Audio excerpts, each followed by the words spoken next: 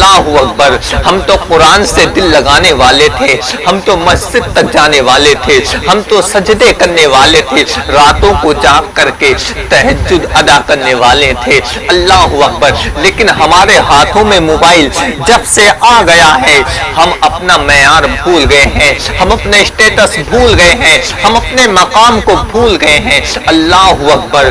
جب تک ہاتھوں میں قرآن تھا اس وقت اللہ اکبر کبھی مسلمان پریشانی کا نام نہیں لیتا تھا، جب تک نماز پڑھتا تھا مسلمان، جب تک مصیبتوں کا نام نہیں لیتا تھا۔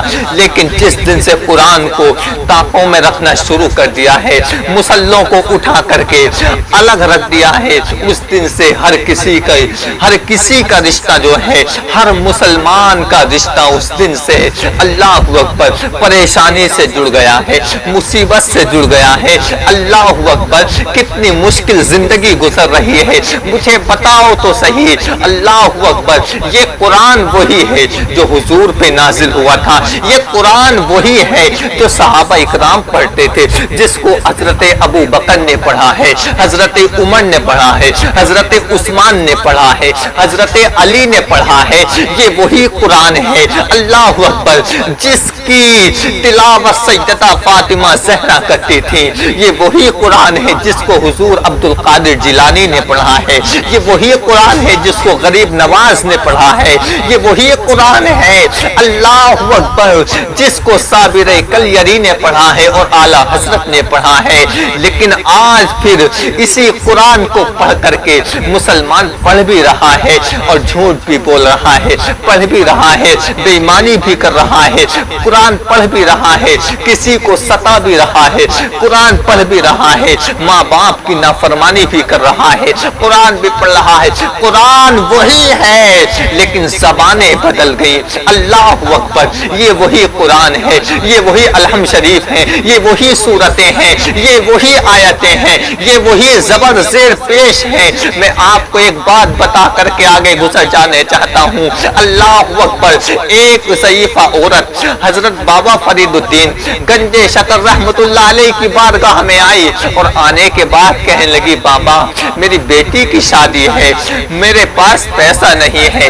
حضرت بابا فرید نے کہا کہ وہ جا کر کے مٹی لے کر کے آ۔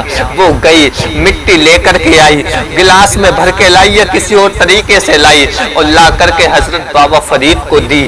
آپ نے اس پر سورہ اخلاص یا الحمد شریف کی تلاوت کی اور پڑھ کر کے تیز آواز سے پڑھا، اس ضعیفہ عورت کو دی اور کہا کہ اس کو لے جاؤ اور اس کو آپ گھر پہ لے جا کر کے کھولنا۔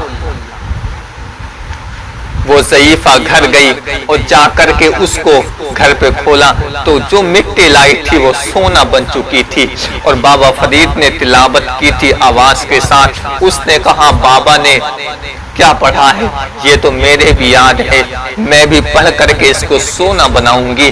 اس نے ڈھیر ساری مٹی اکٹھی کی اور مٹی اکٹھی کرنے کے بعد میں جب اس نے پڑھنا شروع کیا، کافی ٹائم تک پڑھتی رہی لیکن وہ مٹی رہی، سونا نہیں بنی۔